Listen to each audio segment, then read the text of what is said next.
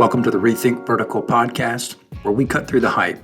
This podcast brings you emerging aviation technology insight without the fluff, so you know where the industry is today to shape the future of tomorrow. Hey everyone, welcome to the Rethink Vertical podcast. Today's episode is sponsored by the UAS Cluster Initiative.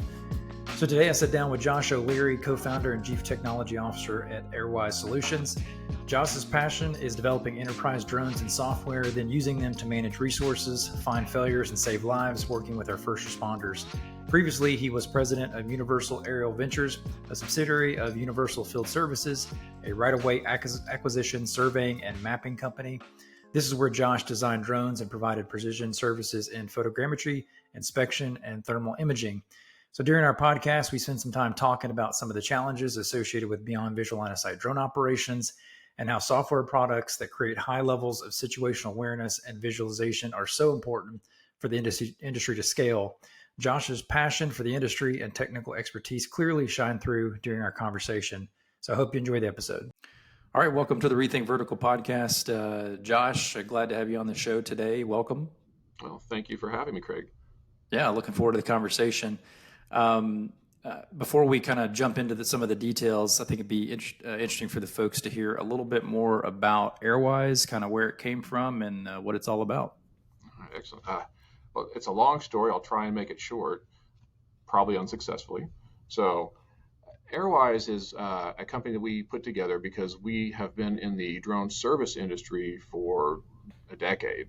And we really feel and felt all the pain points of being in that industry of really like planning flights, performing photogrammetry, making a deliverable, getting that deliverable to the client.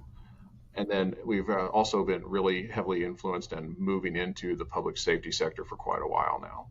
So it was interesting that you realize that what happens is we really need this, what we refer to as a common operating picture. So a three-dimensional one at that. And some people kind of think of it as UTM. We think of it even more expansively than that. Mm-hmm. But the idea is that you will be able to see your airspace, be able to see where your drones are, be able to see where other craft are, be able to see what your terrain looks like, see where your buildings are, so that you know, and your weather, your airspace classification. All that data that's becoming so important as our airspace becomes more crowded with all these drones. And then we go from there and you go, okay, now that I can make my flight safely, what do I do with that data? And the data is so immense. There's so much of it. So we do a lot of photogrammetry because that's something that we grew up doing, and we've made a very smooth pipeline it's all web-based, which is another thing because I don't know how much you guys do with that, but like everything that all the big photogrammetry ones I liked were like desktop based, and you can't really get that power in. You have to have thousands of dollars of equipment and so on and so forth. Having it web based is so much smoother and more powerful. And that goes to the next piece. We were always then having a hard time getting our data to clients. So you would have these proprietary viewers that were required, and nobody wanted to put them on their desktop. So all of a sudden our entire industry suffered because they could not share this data in a meaningful way. So now we share that data on the cloud, and so all the viewers are on the cloud. So now it's easy for everybody to share it. All the stakeholders, all the way from the drone company to maybe the survey company to the engineering company to the final owner of the project, can now share and use this data. I think it makes our industry much more powerful as a whole. And that also comes back to the idea of, as a country, our hardware is fantastic, but we don't integrate things well. And so that's where we have our ground control stations and then our air units that we refer to as our UXS brain for controlling the drone using our ground control station. And that helps to get the data back and forth and make the flight planning workflow and execution safer and easier. So there's a lot of components to this, as you can imagine. We do video streaming for first responders. And once again, that operating picture is vital, and we can track things other than drones. We can track your ground assets. So it just becomes this large and encompassing asset to where we can make sure that we do everything you need to do. We do fleet management, right? So that, like, once again, it gets at that regulatory with your airspace requirements. So it's a long-winded story, like I said, of all the things that as we built this, we went, wait a minute, we keep running into this pain point here and this pain point there. How do we make it easier for everybody? And then the final piece to this is, for our country and our industry, everything we've built, we are an API-driven platform. We can embed that in other, like, I don't care which drone company you are, we're agnostic to that, and we are more than happy to help you make your platform more powerful. Like most of the time, hardware companies are not good at software, and vice Hmm. versa. We are this bridge between them because we do both. And we're not making the actual drone. We don't want to. We don't want to compete with our brethren in that. You know, we want Right. everybody. We want to enable that. So that's what we really are trying to do is enable the U.S. industry to make drones usable, and not just the actual flight, but the actual data afterwards, make it useful. Right. No, I think that was a really good explanation. I think you guys are working on a lot of different things, and I think like that key point about enabling the industry is one that we've talked about before that you guys are really focused on. So thanks for filling folks in what Airwise is doing. One question I think that we try to touch on this in most of our podcasts. Outside of the elephant in the room, which is the FAA and the sort of regulatory framework which they need to develop in order to see beyond visual line of sight. Um, so not accounting for that, are there any other things that are really the secondary challenges to doing beyond visual line of sight that you see that industry folks need to kind of look at? Well, community acceptance is something that we are always going to be working with because people don't want to feel like they're being spied on. And when you're doing delivery or drones as a first responder, which we can talk about later, that can become Mm, feel big brothery. And so understanding that it's not being done, that we have guardrails in place to protect everybody's privacy, right. I think it'd be very helpful. Uh, the availability of really, American-made NDA compliant drones that at a reasonable price point to do these different jobs, that's going to be part of it. Uh, like we were talking about a minute ago, the having a common operating picture that is in 3 dimensions that allows UTM at Mm, this low altitude, but which is what we're working on, I think is vital to BVLOS because you need to be able to see what's happening in that third dimension that you don't normally get. right. So I know all of those things are in some way being tackled right now by different folks. Um, and so it's really, I mean, correct me if you think differently, but it's really the um, working on all those things in parallel while the FAA is going through its process to figure out what the rulemaking is going to look like. Because if you think about it, kind of the way I look at it is if folks just wait for the rulemaking process and then go out and try to figure out how to solve these problems, I mean that's really going to add additional years onto the being able to scale this industry. So do you see? I mean, do you agree? I don't know. Is it you see something different? No, I agree. It's going to be this interesting mixture of doing things. People are going to have to take some risks and try and build things that we think are Mm, the best, and then working with the FAA, hopefully hand in hand. I mean, you know that we were in front of Congress talking about drone use in our right. country. I mean, it's going to have to be a mixture of everybody. The federal government, you're going to have Congress pushing the FAA. The FAA is going to have to talk to industry. Everybody's going to have to work together to figure this out. I mean, we do have the safest airspace in the world, and Yeah. we can give the FAA a hard time, but they do a great job at that. Right. No, that's a good point. I think that's it's important to note that they do have a federal mandate on what they're supposed to do, and so they're trying to figure out how to innovate within within what they're supposed to actually be doing, which Maybe a is little push. right. Yeah, as I lived in that world for a while, I know how challenging it can be. Um, so you touched on it a little bit. Companies need to be you know doing operations, pushing the boundary as much as they can. So what are some of the exciting things that you can talk about that Airwise are working on right now? The things that I could probably talk about most right now is we're working very closely with the Tulsa Fire Department on a beyond visual line of sight drone as a first responder project. Mm, And that's going. We are, of course, working directly with the FAA. We are working with detect and avoid companies, also here in Oklahoma. Uh, mm, we're working with different universities, Oklahoma State, of course, and the Drone Port Network. Trying yeah, to work right. with as many people we can here to put this together and really show, certainly like in our region, that we can really do this and do this well and safely, and show the ROI. I mean, it becomes Yeah. very clear when you start seeing how helpful a drone as a first responder that can fly beyond visual line of sight really becomes to a community. Yeah. And I think it's also, I mean, we've seen from the waiver, FAA waiver perspective that anytime you can bring like a really good, not just a safety case from the drone perspective, but like drone responders, like there's really an aspect of that public good that's clear that the FAA seems to be a little bit more willing to reach outside their comfort zone. So I think these kind of projects are valuable. I know there's some other ones going around. Is there anything that makes this one specifically unique as opposed to like some of the other like police and fire department projects around the country? To my knowledge, which we're going to have to put that caveat in there, Right. we are the only ones that are doing this beyond visual line of sight drone as a first responder, but using everything U.S. made, hardware and Mm. software. Okay. I think Interesting. I can think of at least one other one, but they're using DJI, and Yeah. that's problematic. So, Yeah. Right. That's a good point. We'll see. Curious to see how this how that works out. mhm. Um, So, I mean, when we're talking about specific projects, I think there's obviously the drone hardware platform, things that you guys are actually working on, some of the software related tools. Are there other AIs in the news everywhere? I know a lot of drone companies, especially software companies, where have probably been using some form of AI tool for processing, but I think it's now they're talking about it a little bit more. Are there I mean, we can talk about AI, but are there other technologies kind of out on the horizon that are going to make your job easier and help you be able to scale a little bit faster once the FAA does come up with some kind of rulemaking? Uh, it's so dependent on what the FAA says, isn't it?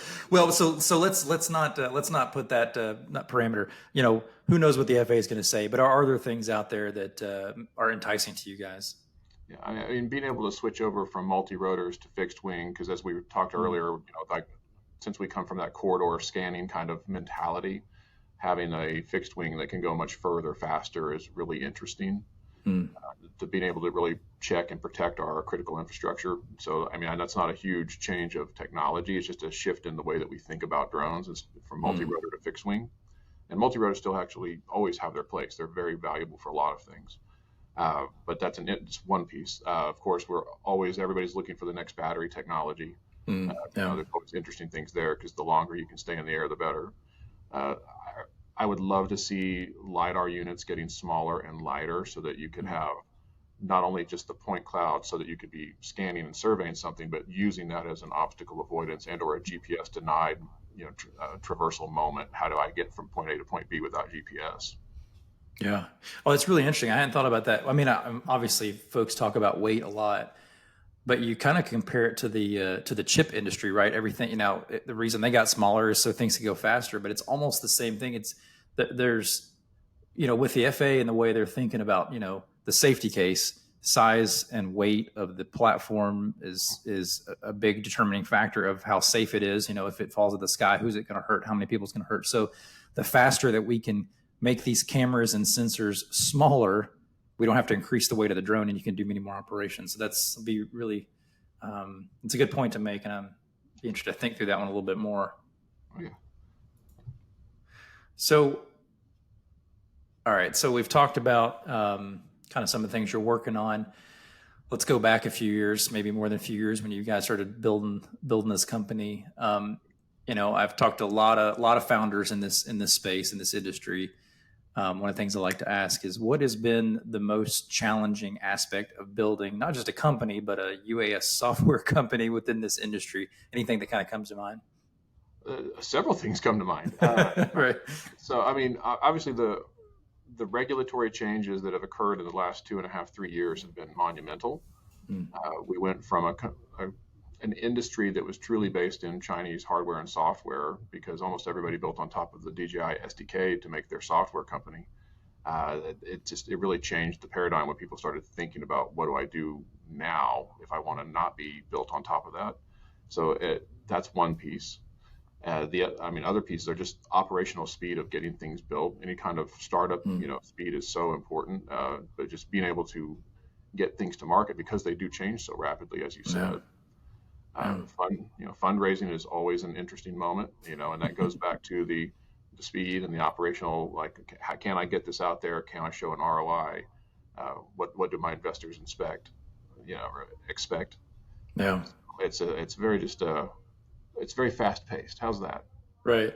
Yeah. Yeah. I mean, I was having a conversation with another startup founder about investors' expectations and how there was, a lot of momentum a couple of years back. And I mean, there's still momentum, but I think a lot of investors expected things, even though they were told, "Hey, we're waiting for the FAA, we're dealing with it." They still, in their minds, expected things to move faster, and so the patience required was a little bit more. And so there's a lot of really sort of uncomfortable conversations going on with those investors. Have you guys found, I mean, I won't put you on the spot, but do you think that, does that seem to feel the same, or have your folks been like, yeah, we get it, as long as you walk them through like why things are taking a little bit longer? I mean, the key with any investor is absolutely keeping them very much in the know and being as upfront and clear as you can. And as I know that people always try, but like you said, people don't always hear it. Sometimes people get it Mm, so excited about the idea that which you want, but you also need to keep that realistic. Here's what will happen in our estimation. We could be wrong, you know that, no. right? But here's what we think will happen. Our investors have been fantastic. They understand it. I mean, they come from different what am I trying to say, different sectors than the Mm, software development sector or certainly than the drone sector. So they were actually okay in understanding of, hey, this might be a little bit more of a long thing. We need to right. develop these pieces and get out there. Right. Well, and you guys have been, bringing in revenue. It's not, just so No, no, so no, that always helps too, right? no, You found business cases and ways to make money. Some companies have not cracked that nut yet, but I think that helps too. Um, I want to talk a little bit about blue drones, right? This conversation comes up a lot, and I think it'd be interesting to dive in a little bit. I know you guys have been very involved. I mean, you're pretty active with AUVSI, I think, on this topic as well.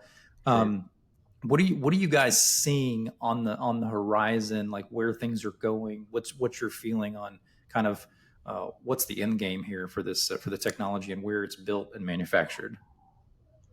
Wow, that is a very large question. That is a very Right. wide-ranging question, Well, Chris. let's we can dig in a little bit more and be more specific. What are you guys actively doing right now to sort of hedge your bets on where the technology is going and who is allowed to manufacture it? Yeah. Yeah. So from an Airwise standpoint, the hardware that we build actually isn't the drone itself. We build the Hmm. ground control station, and we build what we refer to as the UXS brain, which is the way we can easily integrate. It's our air unit, if you want to think about it that way. Yeah. But it's more than just an air unit because we have a powerful computer on there, so you can run edge algorithms on it. And it's our way of trying to help the U.S. industry because I think our industry is actually pretty good here in the U.S. at making the hardware, the drone itself. Hmm. What we seem to lack is good ground control, good comms, and Hmm. then good payload integration. We got good payloads, but then the integration of it. So that workflow, that's where when we look at our competitors, which is essentially the Chinese in this, they've done Right. a fantastic job of integrating that entire workflow all the way from the camera lens, all the way through the drone, down to the ground, and where you can see it. Right. So Yeah. that is something that we as a country need to be better at. And so that's part of what we focus on. It's actually a large part of what we focus on is getting that workflow to be as smooth as possible and actually better than what people are used to. Yeah. So yeah, so that Yeah, that's really clear. I think laying out that it's not necessarily the individual pieces of hardware that we're not super competitive in. It's just putting it all together and having it work and mhm, integrated seamlessly. mhm. Um, yeah. So, are there? You briefly mentioned in your project in Tulsa with the first responder project. Especially a lot of first responders, they have gone all in on DJI products, right? Because that's really what was out there. One of the some feedback I've heard from some of these folks on the first responder side was, look, we've invested thousands of dollars in this equipment, and now we may be asked to ditch all of this equipment in the near future and do something new. Are you hearing the same things? Are folks concerned about this? Is this gonna really hurt the industry if we very quickly just outlaw everything Chinese for every situation that the government or state is using? Wow, you really put me on hot seat questions with these. All right, You can so say you can say no comment if you like. yeah, no, it's a very delicate balance Yeah. because right now, when we talk about the lack of integration of our U.S. options, they tend to be more expensive and Hmm. slightly less capable because of that. And then you got to weigh that with the security. And I mean, there's so Hmm. many layers to this. There's not just security. There's also just yeah, all the way up to are the U.S. versus China in terms of economics, right? Right. So Right. it's more than just that little question about little question about your privacy and what's being stolen from us. But geez, there's going to have to be some sort of transitional phase as Hmm. we get our U.S. manufacturers to have a slightly lower price point to be more competitive. Honestly, and here's where you're putting me on the spot. I mean, it's my suggestion and my feelings about this would be that the federal government need to find a way to subsidize our drone manufacturers, because that's exactly what China did, and that's why we have a hard time competing monetarily with the cost of our drones. Right. No, and it's not an unknown concept, right? We see it in lots of different industries where there's well, I think originally we're not even talking about subsidizing, infinitely. We're just talking about until we can ramp up production and get costs down. But yeah, sorry, and I know I put you on the spot with that one, but I just think it's interesting to get folks' feedback on kind of where they think things are going, and I don't want to get you in trouble either. So we'll see what happens. Right. I don't think you said anything that folks aren't saying actively out loud right now. So. Yeah. All right, Josh. Last question for the group here. This is more kind of maybe a personal one. So I've got 2 kids. One's a freshman in high school. One's 7th grade this year, and so they're going to be entering the workforce probably in the next few years. 5 to 10 years is what they're looking at, depending on whether they go the VOTEC route or they go continue their education. If they start to express some interest in this sort of emerging aerospace industry. What are the skills, the specific skills I should be sort of pushing them towards to make them successful, maybe to come work for Airwise someday? Sure.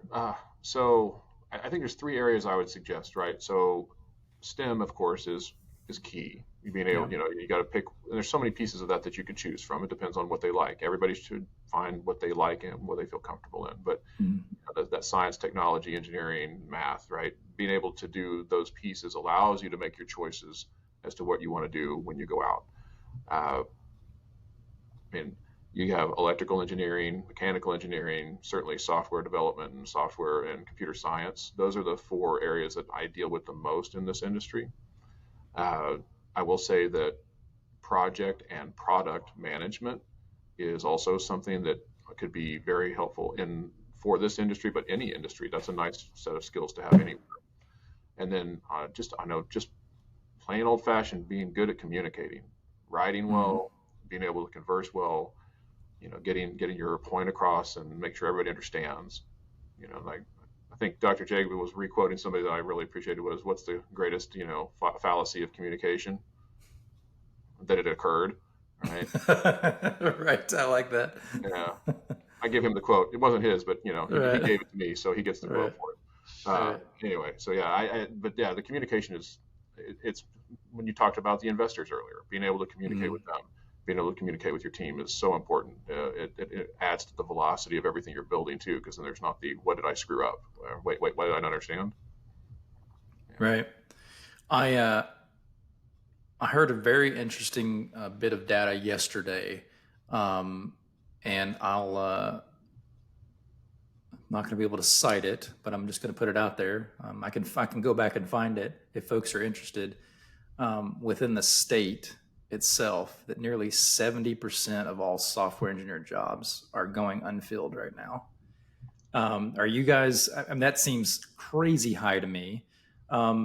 It is like as you guys grow and expand and look for software engineers and I think software engineers means a lot. There's all kinds of different engineers. Are you guys seeing that as an area that we need to beef up specifically? Absolutely. It can be very difficult to find good developers here, even regionally. So yes, we absolutely could use more software developers, and that could be front end, back end, embedded, mobile, all those pieces. Right. Yeah, I just wanted to throw that. I thought that was a little bit shocking to me when I heard that yesterday. All right. Well, I think we learned a lot during this conversation, Josh. I really appreciate you taking some time out to meet with me and at least record our conversation as opposed to just have a conversation. Yeah. But thanks for joining us on the podcast. If you'd like to be a part of the UAS Cluster Initiative community and get access to more of our content, check us out at www.uascluster.com.